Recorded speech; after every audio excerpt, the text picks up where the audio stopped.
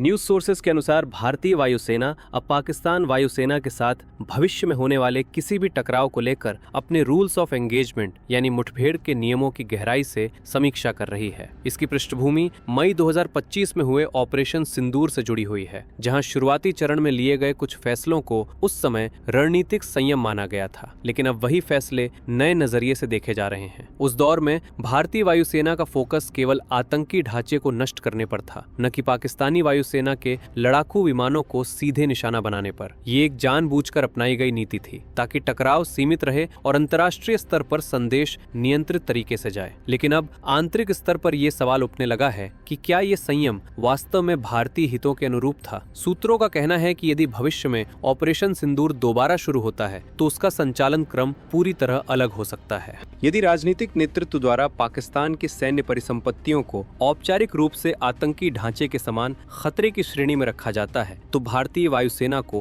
पहले ही चरण में पाकिस्तानी वायुसेना के विमान, एयरबेस और रनवे पर हमला करने का अधिकार मिल सकता है। ये एक बड़ा डॉक्ट्रिनल बदलाव होगा, जिसमें रिएक्टिव एयर डिफेंस से हटकर प्रोएक्टिव एयर डोमिनेंस पर जोर दिया जाएगा। मई 2025 की पहली ही रात भारत का long range air defence network पूरी तरह सक्रिय था। S-400 वायु रक्षा प्रणाली और medium range surface to air missile प्रणाली यानी MRSAM को तुरंत ऑपरेशनल मोड में डाल दिया गया था। उसी समय भारतीय वायुसेना के लड़ाकू विमान पाकिस्तान के भीतर 9 आतंकी ठिकानों पर सटीक हमले कर रहे थे। सूत्रों का दावा है कि उस दौरान पाकिस्तानी वायुसेना के अधिकांश लड़ाकू विमान भारतीय एयर डिफेंस कवरेज के दायरे में आ चुके थे। इंटरसेप्शन तकनीकी रूप से संभव था, लेकिन नीति के स्तर पर यह फैसला लिया गया कि पहले वार नहीं किया जाएगा। अब इसी नीति पर सबसे ज्यादा मंथन हो रहा है। वायुसेना के भीतर उभरती सोच ये है कि दुश्मन को हवा में पहल बनाए रखने देना अपने आप में एक बड़ा जोखिम है। ये समझ बन रही है कि यदि शुरुआती घंटों में ही पाकिस्तानी वायुसेना की उड़ान क्षमता को सीमित कर दिया जाए तो इससे टकराव को फैलने से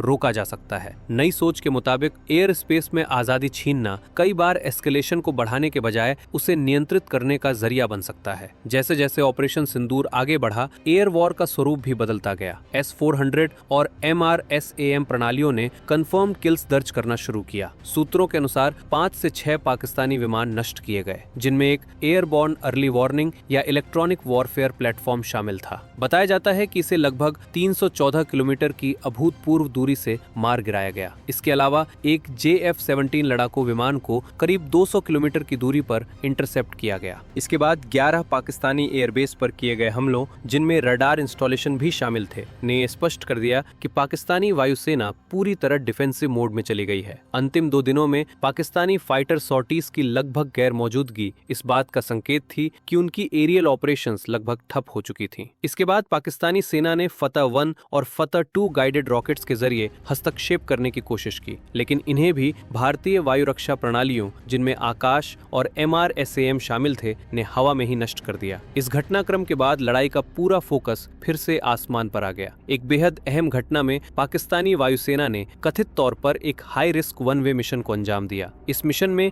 एक डिकॉय एयरक्राफ्ट और 2 JF-17 लड़ाकू विमान शामिल थे, जिन पर चीनी मूल की एंटी शिप मिसाइलें लगी थीं। इनका लक्ष्य भारतीय S-400 फायरिंग यूनिट को निष्क्रिय करना बताया गया। पाकिस्तान ने बाद में इस मिशन की सफलता का दावा किया, लेकिन भारतीय सूत्रों के अनुसार ये प्रयास पूरी तरह विफल रहा। मिसाइल को इंटरसेप्ट कर लिया गया और लॉन्च प्लेटफॉर्म भी नष्ट कर दिए गए। वायु रक्षा नेटवर्क को चुप न करा पाने का असर ये हुआ कि अंतिम दिन 11 से अधिक पाकिस्तानी एयरबेस सीधे हमलों की चपेट में आ गए, जिसके बाद पाकिस्तान की ओर से सस्टेन्ड एयर कॉन्फ्रंटेशन की इच्छा लगभग खत्म हो गई। सूत्रों का मानना है कि प्रधानमंत्री नरेंद्र मोदी द्वारा थ्रेट क्लासिफिकेशन में बदलाव इस नई नीति का सबसे बड़ा ट्रिगर बन सकता है। यदि पाकिस्तान की सैन्य परिसंपत्तियों को आतंकी ढांचे के बराबर खतरे की श्रेणी में रखा जाता है, तो इससे भारतीय वायुसेना को कानूनी और राजनीतिक दोनों स्तरों पर प्रीएम्प्टिव स्ट्राइक्स का स्पष्ट अधिकार मिल जाएगा। भारतीय वायुसेना के लिए ये बदलाव बदले की भावना से नहीं, बल्कि बैटल फील्ड एक्सपीरियंस से निकली सोच का परिणाम है। दुनिया भर की एयर पावर डॉक्ट्रिन यही कहती है कि आसमान पर नियंत्रण के बिना कोई भी सैन्य अभियान निर्णायक नहीं हो सकता। ऑपरेशन सिंदूर से ये सबक सामने आया है कि केवल जमीनी लक्ष्यों पर वार करना